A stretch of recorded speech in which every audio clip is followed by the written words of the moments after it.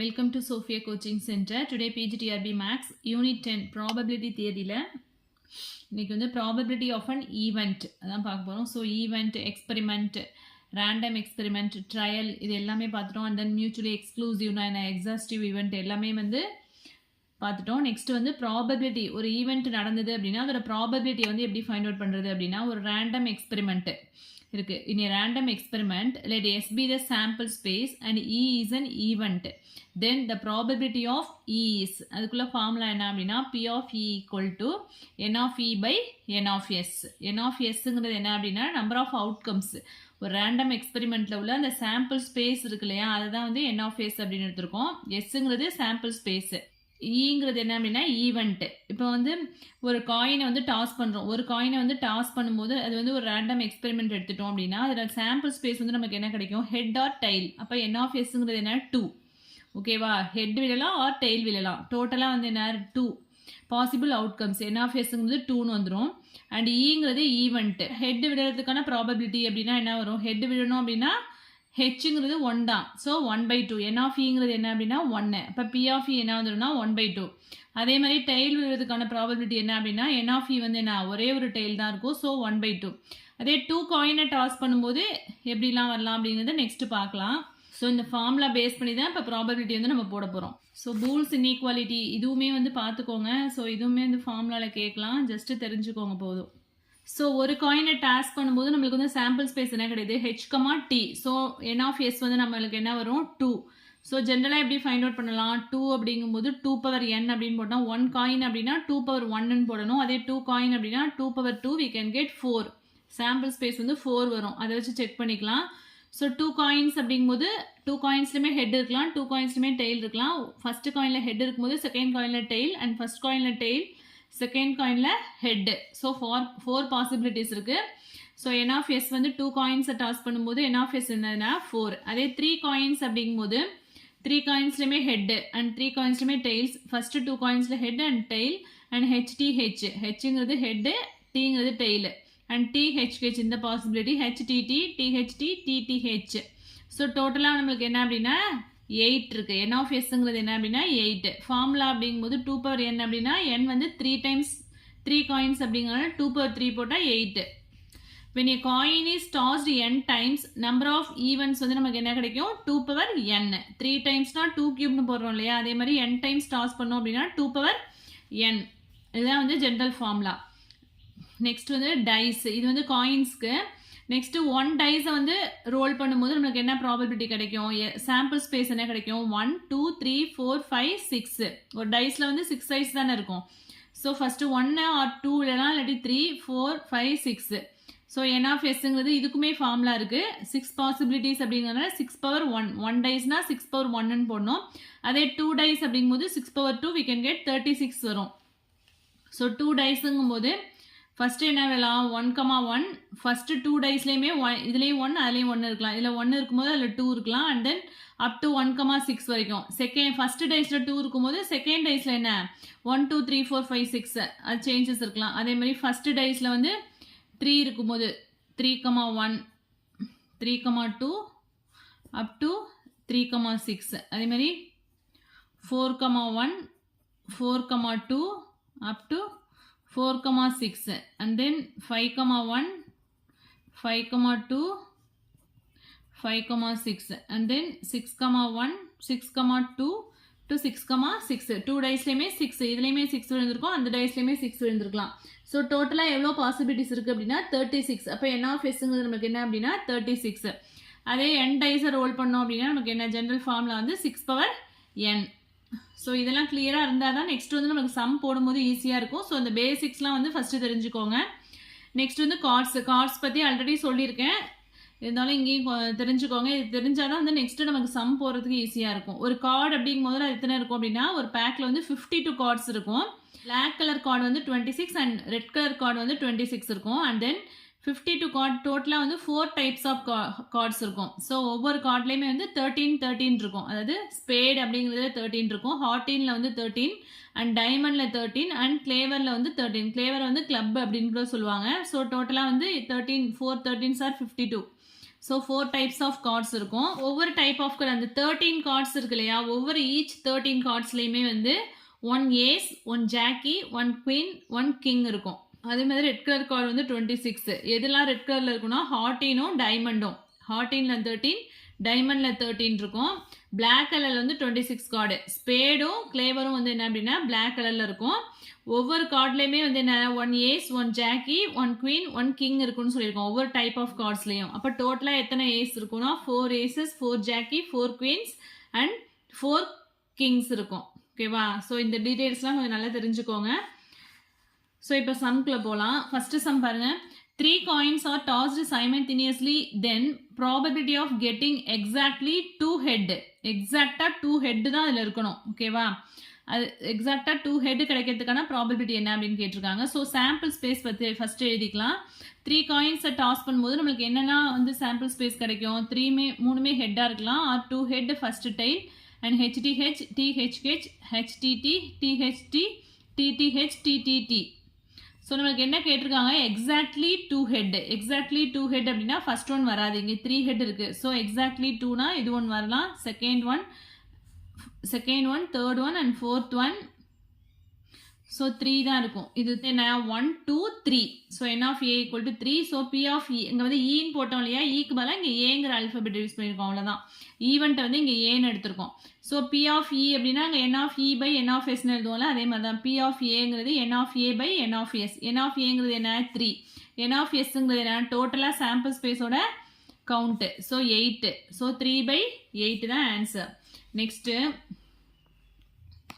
2 cards are drawn from a pack of cards at random. அதாவது back of 52 cards இருக்கும் இல்லையா, அதுலேருந்து வந்து ஒரு 2 கார்ட்ஸை மட்டும் என்ன பண்ணுறோம் அப்படின்னா ரேண்டமாக எடுக்கிறாங்க. இந்த கார்ட்ஸ் அப்படின்னு மென்ஷன் பண்ணலை, ரேண்டமாக 2 கார்ட்ஸை வந்து பிக் பண்ணுறோம். The probability that it will be a diamond and heart. அது வந்து டைமண்டாவோ அல்லது ஹார்ட்டாவோ இருக்கிறதுக்கான ப்ராபபிலிட்டி என்ன அப்படின்னு கேட்டிருக்காங்க. ஸோ நம்ம எவ்வளோ கார்ட்ஸ் எடுக்கிறோம் அப்படின்னா என் ஆஃப் எஸ் அப்படிங்கும்போது 52C2. டோட்டலாக 52 கார்ட்ஸ்லேருந்து 2 கார்ட்ஸை பிக் பண்ணுறோம். தட் இஸ் 52C2 அப்படின்னு எழுதிக்கலாம். நெக்ஸ்ட் என் ஆஃப் இங்கிறது என்ன அப்படின்னா அது டைமண்டாக இருக்கிறதுக்கான அல்லது ஹார்ட்டாக இருக்கிறதுக்கான ப்ராபபிலிட்டி. டைமண்டில் டோட்டலாக எத்தனை இருக்கும் 13 கார்ட்ஸ் இருக்கும் அண்ட் ஹார்ட்டின்லேயும் வந்து 13 இருக்கும். ஸோ இதுலேருந்து ஒன்று, இதுலேருந்து ஒரு கார்டு 13C1 இன்ட்டு 13C1. நமக்கு என்ன ஃபார்முலா, பி ஆஃப் இங்கிறது n of E by N of S. N of இங்கிறது என்ன 13C1. டைமண்ட்லேருந்து ஒரு கார்டு பிக் பண்ணுறோம் அண்ட் தென் ஹார்டின்லேருந்து ஒரு கார்டு 13C1 டிவைடட் பை டோட்டலாக என்ன பண்ணுறோம், டோட்டல் 52 கார்ட்ஸ்லேருந்து 2 கார்ட்ஸ் ட்ரா பண்ணுறோம். ஸோ 52C2 போட்டோன்னா என்ன வரும், 13C1 இஸ் ஆல்வேஸ் 13, அதை போட்டுங்க. அண்ட் 52C2 வந்து எப்படி எழுதுறோம், 52 இன்ட்டு 51 டிவைடட் பை 1 இன்ட்டு 2 அப்படின்னு போடுவோம். ஸோ இதை வந்து ரெசிப்ரோக்கல் இருக்கிறதுனால இங்கே மல்டிப்ளிகேஷன் வந்துடும். கேன்சல் பண்ணோம் அப்படின்னா என்ன வரும், 4 13s are 52 and then இங்கே 2க்கும் 4க்கும் கேன்சல், இங்கே 2 வந்துடும். ஸோ 13/102 இதான் வந்து என்ன அப்படின்னா ஆன்சர். இது வந்து ஆல்ரெடி டிஆர்பியில் கேட்ட question, important question. Next question பாருங்க. The chance that an ordinary year selected at random will contain 53rd Sunday is 1/7. இது நம்மளுக்கு என்ன இருக்குது, ஆர்டினரி இயர் அண்ட் லீப் இயர்னு 2 இருக்குது. ஆர்டினரி இயர் அப்படின்னா அதில் எத்தனை டேஸ் இருக்கும், 365 டேஸ் இருக்கும். அதே லீப் இயர் அப்படிங்கும்போது 366 டேஸ் இருக்கும். ஸோ நம்ம என்ன சூஸ் பண்ணுறோம் அப்படின்னா ஆர்டினரி இயர் தான் வந்து செலக்ட் பண்ணுறோம் ரேண்டமாக.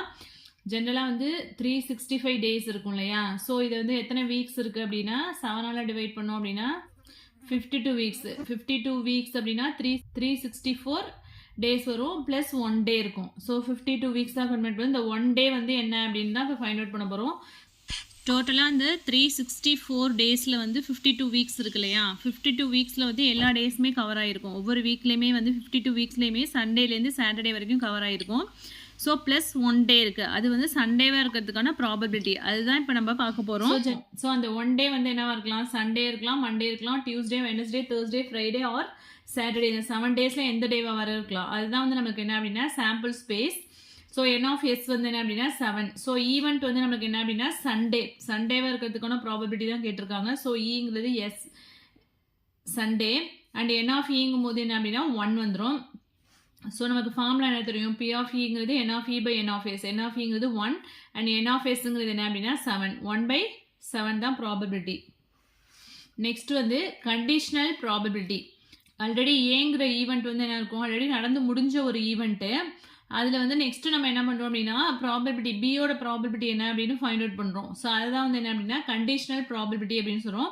எப்படி டினோட் பண்ணுறோம் அப்படின்னா P of B given A. இதில் ஏங்கிறது என்ன அப்படின்னா ஆல்ரெடி நடந்து முடிஞ்ச event and is define by P of B given ஏங்கிறது எப்படி டிஃபைன் பண்ணுறோம்னா இதுதான் formula, very very important. P of A intersection B divided by P of ஏ.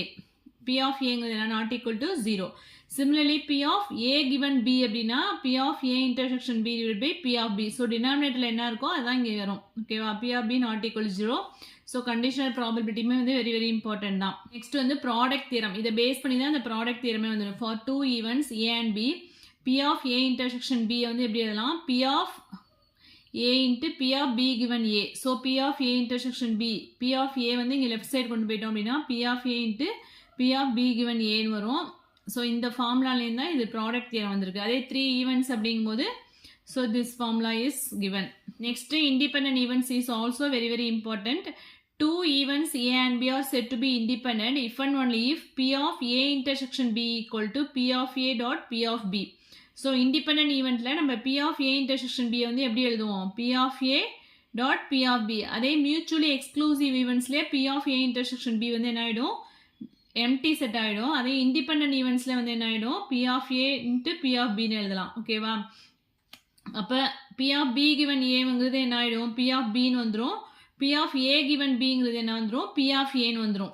அதாவது இண்டிபெண்டன்ட் ஈவெண்ட்டாக இருக்கும்போது பி ஆஃப் பி கிவன் ஏவை வந்து ஃபார்முலா வந்து நமக்கு இதுன்னு தெரியும். So P of A intersection பியை வந்து P of A into P of பின்னு எழுதுவோம். அப்போ பி ஆஃப் ஏ கேன்சல் ஆகிட்டு வெறும் பி ஆஃப் பி மட்டும் வரும். அதை தான் இங்கே கொடுத்துருக்காங்க. ஓகேவா? சிமிலர்லி இந்த ஃபார்முலாவில் அப்ளை பண்ணால் பி ஆஃப் பி கேன்சல் ஆகிட்டு பி ஆஃப் ஏ மட்டும் வரும்.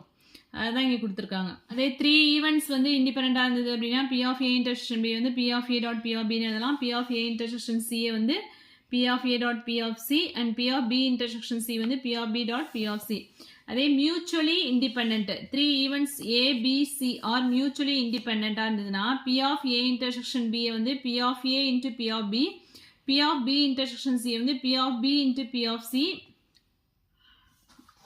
and P of A intersection B intersection C வந்து எப்படி எழுதலாம்? P of A into P of B into P of C ன்னு எழுதலாம். ஸோ அந்த இண்டிபெண்டன்ஸ்லேருந்து வர்றதான் இந்த ஃபார்முலா எல்லாமே. நெக்ஸ்ட்டு அதுக்கு ரிலேட்டடாக ஒரு ரிசல்ட் கொடுத்துருக்காங்க பாருங்கள். If A and B are mutually exclusive and P of A union B equal to P of A plus P of B, then so இது ஆல்ரெடி நம்ம பார்த்துருக்கோம்ல. பி ஆஃப் ஏ யூனியன் பியில் minus P of A intersection B term வந்து empty set ஆகிடும் mutually எக்ஸ்க்ளூசிவாக இருக்கும்போது. அதனால P of A plus P of B மட்டும்தான் வரும்.